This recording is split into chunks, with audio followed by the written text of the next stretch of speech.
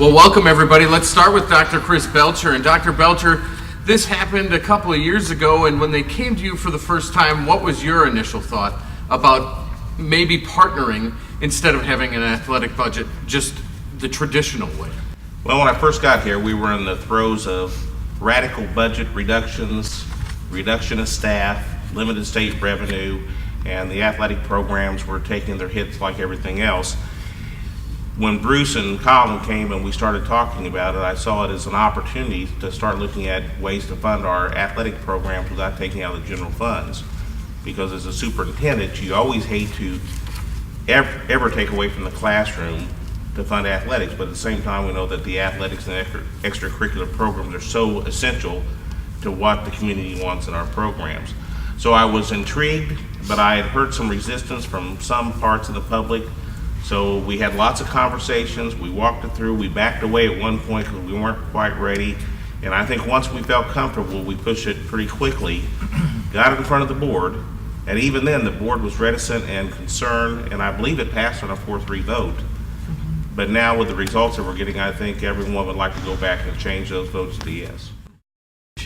And I would imagine, Dr. Belcher, it's really enhanced not only the sports and not only the video boards, but it's just the whole experience, whether it's a Friday night or a Saturday morning, whatever sport it is, the experience has become better at Columbia Public Schools, sporting events, or whatever you want to talk about. The experience has just grown, hasn't it? Yes, and that is what I think is the cool factor. I was more giddy than a lot of people was about this program. I just thought this is going to be cool. We're going to have replay at our football games. We're going to be able to put the pictures of the student up that made the tackle, or put the band, the drill team in the big lights, be able to show those things. Because kids put a lot of time and energy into these programs. Our parents fundraise, they come out and support the team. We'd like to give them a quality experience and at the same time create opportunities to raise revenue for the district. So it really has been a win-win. And when you go to our football games, our soccer matches, the different things that are going on those fields now with our baseball and softball fields getting that, we have video boards in the gymnasium. It's just a cool deal, and the kids will remember that. And I would imagine, Superintendent, you hear from parents too a lot and hear the good side and the bad side of this. What are some of the things you've heard? Well, I think at first, like Christine said, there was some skepticism, but we had to pay for the billboards. You can't have a high quality advertising program. And we had to replace the old scoreboards. We had to replace the old scoreboards. They were defunct, they weren't working. So we had to do something. We were going to spend money one way or the other.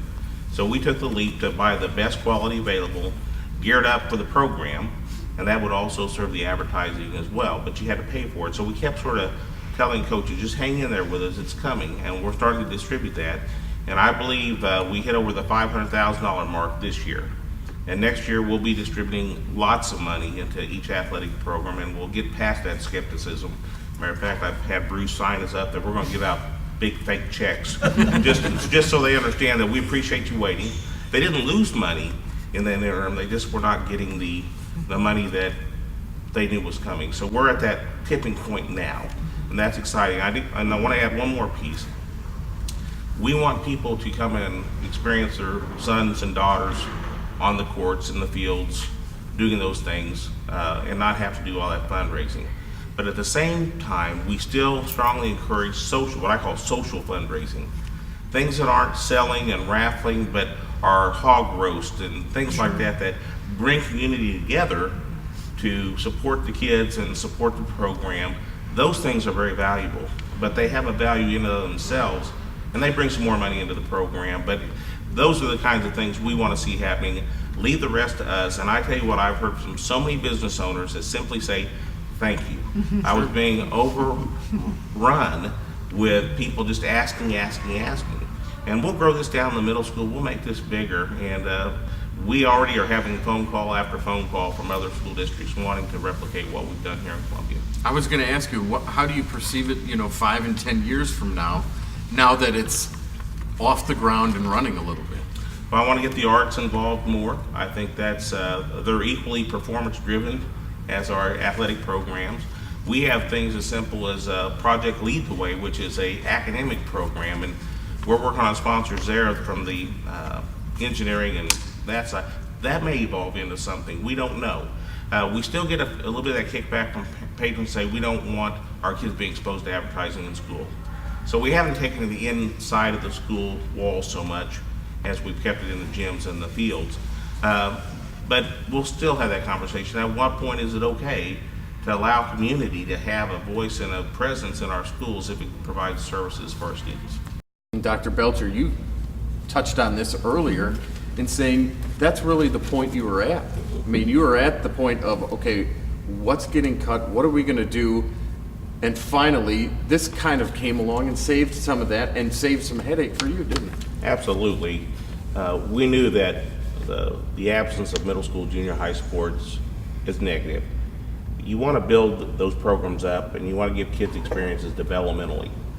And we also know, as was mentioned, their connection with extracurricular programs keep them in the school, keep them better behaved in the classroom, keep them more focused on possibilities. It's part of what makes our schools well managed. We often get hit up that you spend too much on sports or you do too much on this. One, the community wants a good program, and two, you have to provide the money to make it attractive for the kids.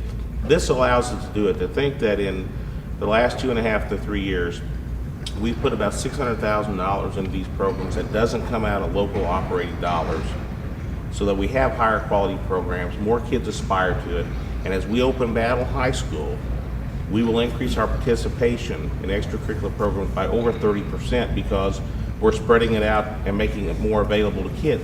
That's what we're supposed to be doing as educators, is to make experiences for kids. And by having this equitably across the board, I think you're going to see significant increases in the spirit and culture that you'll find in our public schools. And that's why you all did your due diligence way back when. And Dr. Belcher, you even told me that you backed out one time on this. You said, you know what, we're not ready for it. Let's make sure we're ready. And then you took the plunge. Yes, we worked through some scenarios. The kickback we were getting was reflective that it wasn't understood at the level it needed to be moved forward. So we backed away for a month. We kept talking until we felt like we had enough understanding among the board and the community that they could be supportive of this, because in our business, if you take someone in front of the board and gets shot down, it's down for 2 years. So you got to make sure the timing's right.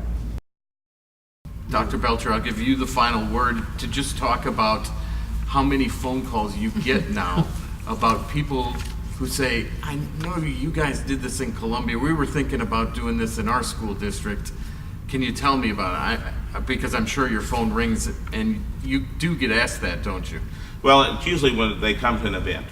I spent 11 years in Blue Springs, and one of the first times we had the scoreboard running at Rock Ridge, we were playing Blue Springs.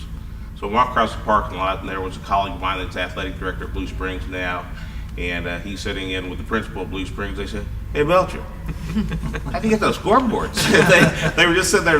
It was cold. So they were in the truck, but even from there, they could hear the sound and see the picture. I said, well, we got quite a deal going here, and I explained it to them, and they were impressed with that. But I think probably the place that surprised me the most is we started this, and then if you recall last spring, this time we were selling a 40-cent levy increase and a 12-cent bond issue increase to continue trying to get back up, because the state's funding is still flat, and so our classrooms are taking a hit. And so we're trying to reduce class size, we're trying to continue our building plan and our program of facility equity, so forth. Every time I would address this sports marketing thing, because people drove by and they saw those big scoreboards and they said, well, you complain you need more money, but you found money for the scoreboard. And I said, well, let me tell you about that. And by the time I was finished, they said, well, that sounds like a business model. I said, it absolutely is a business model, and not a dime of your taxpayer dollars went into that in the end. We're using the community to take care of those things. It became a real positive in that, a lot of times schools get categorized as tax and spend type mentality, that we don't think outside the box. I think that comforted people that we were doing those kind of things so that we could put more money, and here's the real catcher, so we could put more money into the classroom, but still provide the quality of program that is expected of the community for your athletics. Those two things don't often mesh very well sometimes, and we've made it work. Well said. Thank you all very much.